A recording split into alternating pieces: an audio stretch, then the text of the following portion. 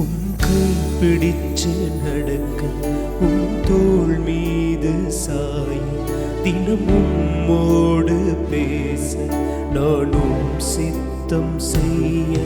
என் வாழ்வெல்லாம் நீரே, என் வழியெல்லாம் நீரே, என் பலனெல்லாம் நீரே, எனக்கெல்லாமே நீரே.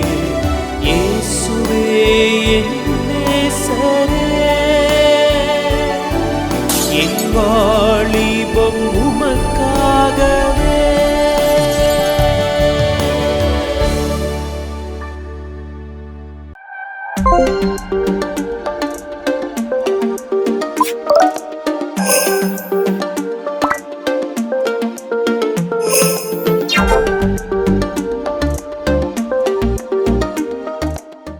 ஆண்டவராகிய இயேசு கிறிஸ்துவின் இனிய நாமத்தில் கிராம மிஷனரி குடும்பத்தின் சார்பாக இந்த நிகழ்ச்சியை பார்த்து கொண்டிருக்கிற உங்கள் ஒவ்வொருவருக்கும் எங்கள் அன்பின் வாழ்த்துக்களை தெரிவித்துக் கொள்கிறோம்.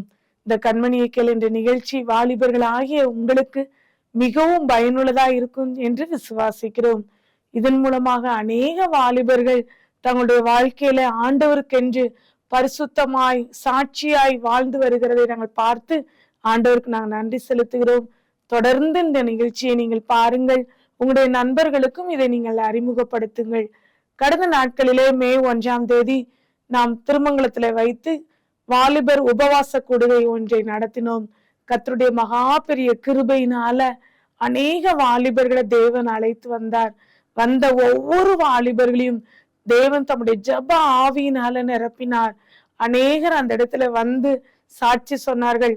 அவர்களை வாலிபர்களை கொண்டே வாலிபர்கள் மத்தியில தேவன் பெரிய எழுப்புதலை கட்டளையிடும்படி அந்த நாளிலே அநேக அற்புதங்களையும் அடையாளங்களையும் அந்த கூடுகையிலே தேவன் நடத்தி கொடுத்தார் என்பதை நினைத்து ஆண்டவருக்கு நாங்கள் நன்றி செலுத்துகிறோம்.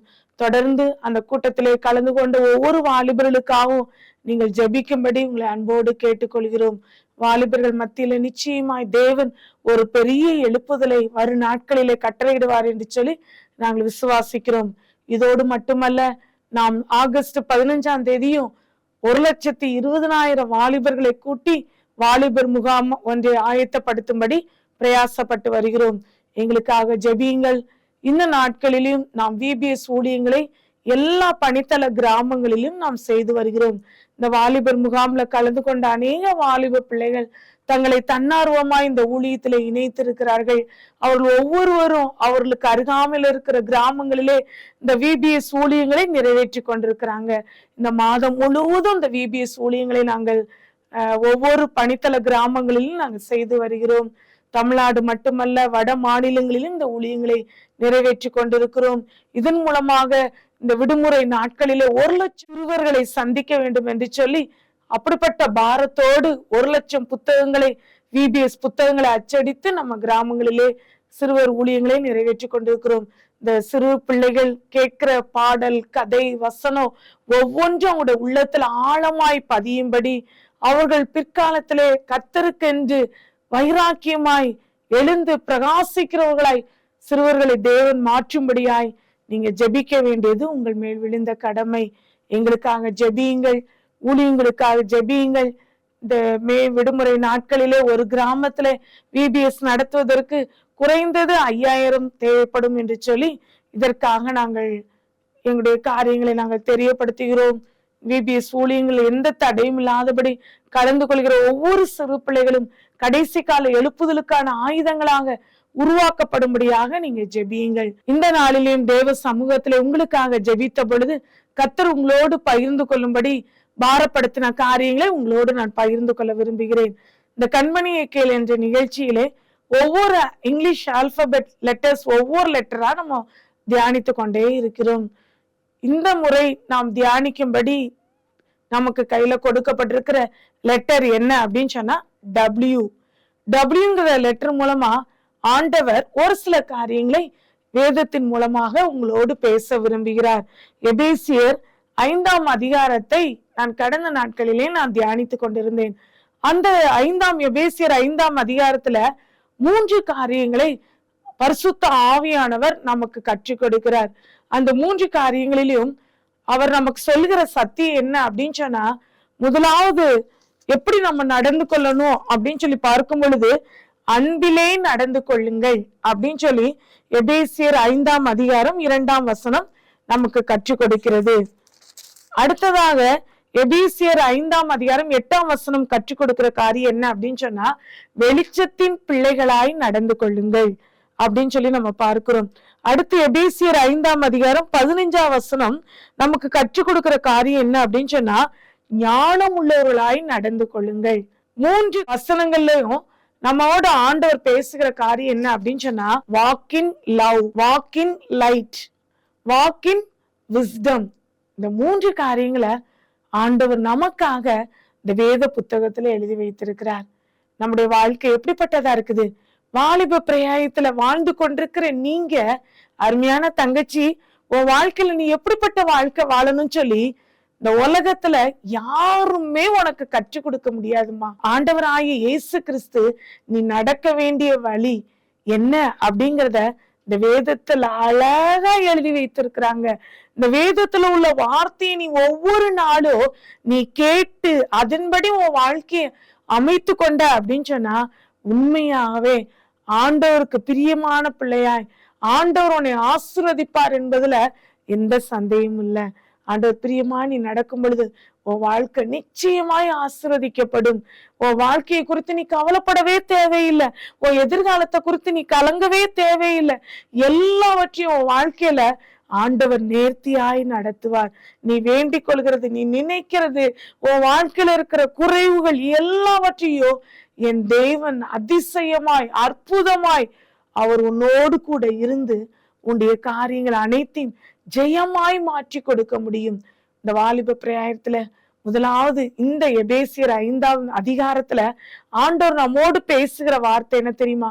வாக் இன் லவ், அன்பிலே நடந்து கொள்ளுங்கள். இந்த வசனத்தை நான் வாசிக்கிறேன். கிறிஸ்து நமக்காக தம்மை தேவனுக்கு சுகந்த வாசனையான காணிக்கையாகவும் பலியாகவும் ஒப்பு கொடுத்து நம்மில் அன்பு கூர்ந்தது போல நீங்களும் அன்பிலே நடந்து கொள்ளுங்கள் அப்படின்னு சொல்லி போடப்பட்டிருக்குது. ஆண்டவர் நம்மில அன்பு கூர்ந்தது போல நாமும் என்ன செய்யணுமா? அன்பிலே நடக்கணும். நீங்களும் அன்பிலே நடந்து கொள்ளுங்கள் அப்படின்னு சொல்லி போடப்பட்டிருக்குது. ஆண்டவர் நம்மளை எவ்வளவா நம்மளை நேசிக்கிறாரு. அவரை போல இந்த உலகத்துல நம்ம நேசிக்கிறதுக்கு ஒருத்தருமே கிடையாது மகளே. உன்னை யாராவது நேசிக்கிறேன்னு சொல்லி உன்னை அவங்க ஆசையான வார்த்தைகளினால உன்னை அன்பு செலுத்துறேன்னு சொல்லி சொல்லலாம். ஆனா அந்த அன்பெல்லாம் மாயையான அன்பு மகளே. நீ எந்த மாயையான அன்புலையோ நீ சிக்கி வழி மாறி நீ போய்விடவே போயிடாத. நீ ஏசப்பாவை போல உன்னை நேசிக்கிறது இந்த உலகத்துல யாரும் கிடையாது. அவரை நீ உறுதியா நீ பிடிச்சுக்கோ.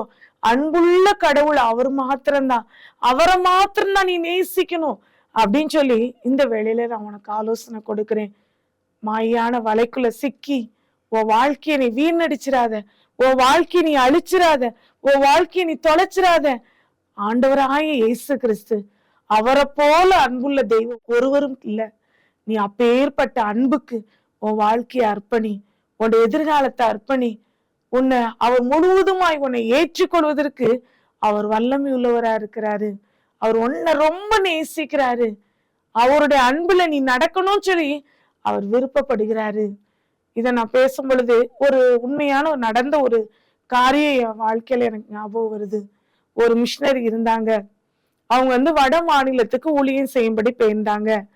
அங்க போய் அவங்க ஒவ்வொரு நாளும் அந்த ஜனங்கள் மத்தியில ஆண்டவரை பத்தி சொல்லி கொண்டே இருந்தாங்க.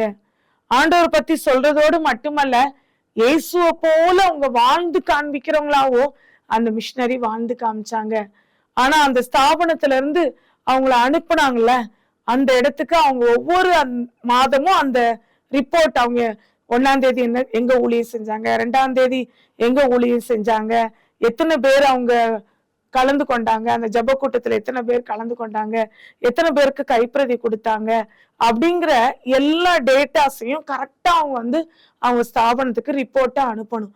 இந்த மிஷினரி அவர் எந்த ரிப்போர்ட்டுமே அனுப்பவே இல்லை அவர் அனுப்பப்பட்ட ஸ்தாபனத்துக்கு. அப்போ இந்த மிஷினரி மேல அந்த அனுப்பின ஸ்தாபனத்துக்கு சந்தேகம் வந்துருச்சு. என்ன இவர் போய் 6 மாசம் ஆயிருச்சு, இவர் ஃபீல்டுல இருந்து எந்த ரிப்போர்ட்டுமே நமக்கு வரலையே, இவர் ஊழிய செய்யறாரா செய்யலையா, எந்த தகவலும் நமக்கு தெரியல, அதனால மறுபடியும் அவரை நம்ம ஹெட் ஆபீஸ்க்கு வர சொல்லிடுவோம் அப்படின்னு சொல்லிட்டாங்க. உடனே சரின்னு சொல்லி அந்த மிஷினரி மறுபடியுமா தன்னுடைய சொந்த இடத்துக்கு, தன்னுடைய தலைமை அலுவலகத்துக்கே வந்துட்டாரு. மறுபடியும் அந்த பகுதிக்கு ஒரு மிஷினரிய அனுப்புறாங்க. அவருக்கு அந்த இதுக்கு முன்னாடி ஊழியம் செஞ்ச அந்த ஃபீல்டுக்கே தான் இவர் போறார். இவர் போய் ஆண்டவர் செய்த அற்புதங்கள், ஆண்டவருடைய வசனங்கள், எல்லா காரியங்களையும் போதனையா போதிச்சுக்கிட்டே இருக்கிறார் புதிதாக சென்ற அந்த மிஷினரி. அப்ப இவர் சொல்லும் பொழுதெல்லாம், இந்த வசனங்கள் எல்லாம் சொல்லும் பொழுது, ஆண்டவருடைய வார்த்தைகள் எல்லாம் சொல்லும் பொழுது, அங்க இருக்கிற மக்கள் கூட்டம் எல்லாம் எழும்பி நின்று அவங்கள பார்த்து சொல்லுவாங்களாம், நீங்க சொல்ற இந்த நபரை நாங்க கண்ணால பார்த்தோம் அப்படின்னு சொல்லி அந்த கிராமத்து ஜனங்கள்லாம் சொன்னாங்களாம். உடனே இவருக்கு ரொம்ப ஆச்சரியமா இருக்குமா, என்ன இவங்க இப்படி சொல்றாங்களே அப்படின்னு சொல்லி. இப்படி 1 மாதம் கடந்துச்சு. அடுத்து அவர் எப்படி இருப்பாரு நீங்க சொல்லுங்களேன் அப்படின்னு சொல்லி அந்த ஜனங்களை பார்த்து புதிதாக அனுப்பப்பட்ட மிஷினரி கேட்டிருக்காரு. அப்போ கேட்ட உடனே அவங்க சொன்னாங்களாம், அவருடைய தோற்றம் எப்படி இருக்கும், அவர் சொன்ன அந்த வார்த்தை எப்படி இருந்தது, அவர் எப்படி வாழ்ந்து காமிச்சாரு அப்படிங்கறதெல்லாம் சொல்லும் பொழுது, இதற்கு முன்பாக அனுப்பப்பட்ட மிஷினரி இயேசுவை போலவே வாழ்ந்து காமிச்சாரு, நீங்க சொல்ற நபர் எப்படிப்பட்டவரா நீங்க இருக்காருன்னு சொன்னீங்களோ அதே போலதான் உங்களுக்கு முன்பாக அனுப்பப்பட்ட அந்த மிஷினரி வாழ்ந்து காமிச்சாங்க அப்படின்னு சொன்னாங்களாம்.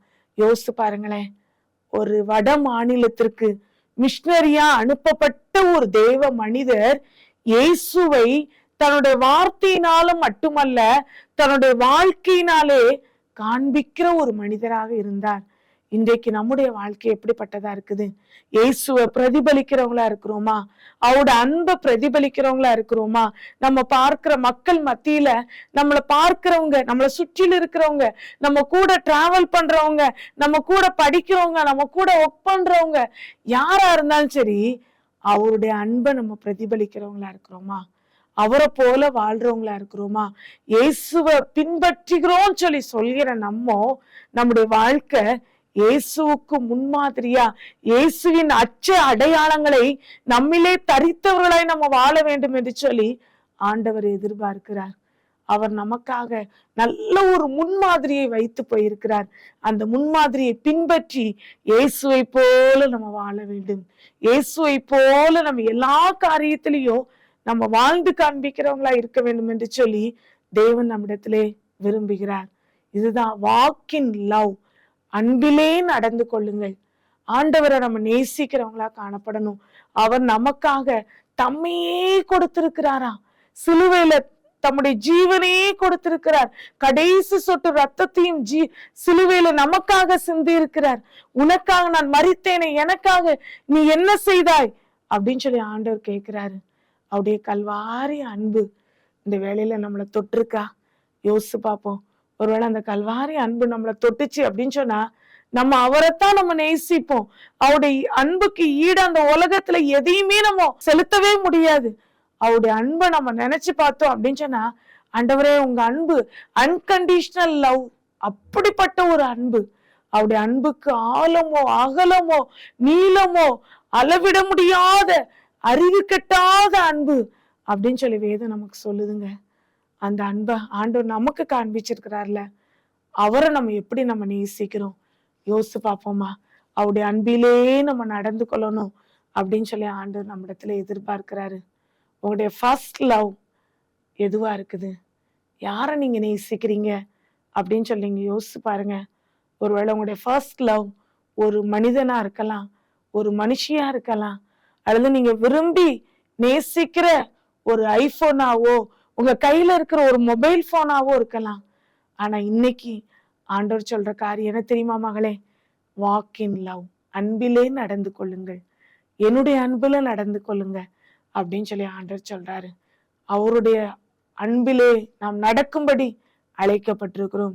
2வது எபேசியர் 5ஆம் அதிகாரம் 8வது வசனம் நம்ம கற்றுக் கொடுக்கிற சத்தியம் என்ன அப்படின்னு சொன்னா, வெளிச்சத்தின் பிள்ளைகளாய் நடந்து கொள்ளுங்கள். வாக் இன் லைட் அப்படின்னு சொல்லி வேதம் நமக்கு சொல்லுகிறது. ஒருவேளை நம்முடைய லைஃப் ஆண்டவரை ஏற்றுக்கொள்றதுக்கு முன்னாடி நம்ம லைஃப்பை நம்ம பின்னாடி திரும்பி பார்த்தோம் அப்படின்னு சொன்னா அது ஒரு இருளான வாழ்க்கையா இருந்திருக்கலாம். ஒரு வாழ்க்கையில ஒரு வெளிச்சமே இல்லாத ஒரு அந்தரங்கமான ஒரு வாழ்க்கையா இருந்திருக்கலாம். அந்த அந்தரங்கமான வாழ்க்கை யாரும் பார்க்க முடியாது. அதை நம்மளே யோசித்து பார்த்தோம், நம்மளே அதை ரீகேப் பண்ணி பார்த்தோம் அப்படின்னு சொன்னா அதுல மிகவும் ஒரு அசிங்கமான காரியங்கள் நிறைய நடந்திருக்கலாம். ஆனா தேவன் அதை எதிர்பார்க்கல. தேவன் அது எல்லாவற்றையும் அவர் மன்னித்து விடுவதற்கு, அவர் மறந்து விடுவதற்கு, அவர் கடலின் ஆழத்துல தூக்கி போடுவதற்கு, அப்படிப்பட்ட மன்னிப்பதுல தயை பெருத்தவரா இருக்கிறாரு. அப்பேற்பட்ட தேவன் இன்றைய தினத்துல அந்தகாரத்துல இருளில் இருந்த நம்மளை தூக்கி எடுத்து வெளிச்சத்தின் பிள்ளைகளா நடங்கன்னு சொல்றாரு. நீங்களும் நானும் வெளிச்சத்தின் பிள்ளைகளாய் நடக்கும்படி அழைக்கப்பட்டிருக்கிறோம். நம்முடைய வாழ்க்கை வெளிச்சத்துல நடக்கணுங்க. ஆண்டவர் ஒளியாய் இருக்கிறார். அவருடைய ஒளியில நம்ம வாக் பண்ணணும்னு சொல்லி அவர் விரும்புகிறார். நமக்குள்ள எந்த ஒரு அந்தரங்கமான காரியத்துக்கோ நம்ம இடம் கொடுக்க கூடாது. ஒருவேளை ஏதோ தெரியாம நீங்க ஒரு பாவத்துக்கு நீங்க இடம் கொடுத்துட்டீங்க அப்படின்னு சொன்னா இன்னைக்கு அந்த பாவத்துல இருந்து வெளியில வருவதற்கு உங்க வாழ்க்கையை நீங்க அர்ப்பணிங்க. அதை நீங்க செஞ்சுக்கிட்டே இருந்தீங்க அப்படின்னு சொன்னா அது உங்களுக்கு மரணத்தை தான் கொண்டு வரும். உங்களுடைய வாழ்க்கையை அழித்து விடும். அதனால தேவ சமூகத்துல நீங்க அமர்ந்துருங்க. ஆண்டவர்ட்ட நீங்க ஓடி வந்துருங்க. ஆண்டவரே, இது என்னால விட முடியலப்பா, இதை நான் விடணும்னு நினைக்கிறேன், இது என்னை பிடிச்சு இழுக்குது, இந்த அன்பு என்னை இழுக்குது, இந்த குறிப்பிட்ட காரியம் என்ன பாவம் செய்ய தூண்டுது, இதை விட்டு நான் விடணும்னு நினைக்கிறேன், என்னை தயவா என்னை மறுபடியுமா வெளிச்சத்தின் பிள்ளையா நீங்க கொண்டு வந்துருங்க அப்படின்னு சொல்லி நீங்க ஆண்டவர்ட்ட கேளுங்களேன். அவரும் உங்களுக்கு உதவி செய்வதற்கு ஒரு வல்லமையுள்ள தேவனா இருக்கிறாரு. உங்களை வெளிச்சத்தின் பிள்ளையாய் நடக்கும்படி தேவன் உங்களிடத்துல எதிர்பார்க்கிறாரு. நீங்க வெளிச்சத்துல நீங்க நடங்க. Walk in light. அவர் காண்பிக்கிறார். உங்களுக்கு ஒவ்வொரு நாளும் உங்க ஃபியூச்சரை குறித்து உங்களுக்கு ஒரு பெரிய ஒரு ப்ளூ பிரிண்ட் கொடுத்து இப்படிலாம் ஒரு லைஃப் இருக்கும் அப்படின்னு சொல்லிலாம் உங்களுக்கு தெரியாததை போல இருக்கலாம். ஆனா அவருடைய கரத்துல, ஆண்டவரே நான் அவைலபிள், நான் உங்க சமூகத்துல நான் அவைலபிளா இருக்கிறேன் ஆண்டவரே, நீங்க என்ன நடத்துங்க அப்படின்னு சொல்லி அவருடைய கரத்துக்குள்ள உங்க கரத்தை நீங்க கொடுத்துட்டா போதும். அவர் உங்களுக்கு நீங்க நடக்க வேண்டிய பாதைய அவர் உங்களுக்கு காண்பிக்கிற தேவனா இருக்கிறாரு. அவருடைய வசனம் உங்கள் பாதைக்கு தீபமா இருக்குது, வெளிச்சமா இருக்குது. அப்படிப்பட்ட பாதைகளை வெளிச்சத்துல நீங்க நடக்கும்படி என் தேவாதி தேவன் விரும்புகிறார். ஆண்டோடைய கரத்துல உங்களுடைய வாழ்க்கையை அர்ப்பணிங்க. ஆண்டவர் உங்களை ரொம்ப நேசிக்கிறாரு. அவர் உங்களை படைச்சதுனால அவர் உங்களை நேசிக்கிறாரு. நீங்க எவ்வளவு தூரம் அவரை விட்டு நீங்க பின்வாங்கி போனாலோ மறுபடியுமா மகளே என்கிட்ட வந்துரு, மகளே என்கிட்ட வந்துரு, நான் உன்னை ரொம்ப நேசிக்கிறேன் அப்படின்னு சொல்லி அவர் உங்களை மறுபடியுமா அந்த வெளிச்சத்தின் பிள்ளையா அந்தகாரத்தின் இருளில் இருக்கிற உங்களை மறுபடியும் அவர் காண்பிக்கிற பாதையில உங்களை கொண்டு செல்லும்படி அவர் உங்களை அழைக்கிற தேவனா இருக்கிறாரு. அவரிடத்துல உங்களோட வாழ்க்கையை நீங்க அர்ப்பணிங்க. ஒவ்வொரு நாளும் உங்களுடைய வாழ்க்கை வெளிச்சத்தின் பாதையை நோக்கி நடக்கிற ஒரு அனுபவத்தை நீங்க பெற்றுக்கொள்ளணும். ஒரு பிராக்டிக்கலா, ஐயோ என் வாழ்க்கையில எவ்வளோ குழப்பங்கள் இருக்குதே, எவ்வளோ பிரச்சனைகள் இருக்கே, எனக்கு என்ன செய்யணும்னே தெரியலையே, என் வாழ்க்கையே இருளா இருக்குதே அப்படின்னு சொல்லி நீங்க நினைக்கிறீங்களா? இல்ல மகளே, அருமையான சகோதரி, உன் வாழ்க்கையை வெளிச்சமாக்குகிற தேவன் உன்னோடு கூட இருக்கிறார். அவர் உன்னுடைய இரவு சென்று போயிற்று, பகல் சமீபமாயிற்று என்று சொல்லி உன்னை பார்த்து சொல்லுகிறார். உன்னுடைய வாழ்க்கையின் இரவு காலம் முடிந்து விட்டது, இன்றோடு முடிந்து விட்டது.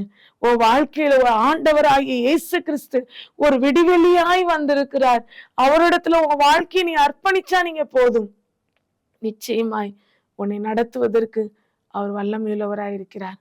ஆண்டவரே, நான் உமக்குள்ள நான் நடக்கிறேன் சுவாமி, ஆண்டவரே நீங்க என் கையை பிடிச்சு நீங்க நடத்துங்க, வெளிச்சத்தின் பிள்ளையா என்ன நடத்துங்க அப்படின்னு சொல்லி தேவ கரத்துல உன் வாழ்க்கையை ஒப்பு கொடுத்தா போதும்.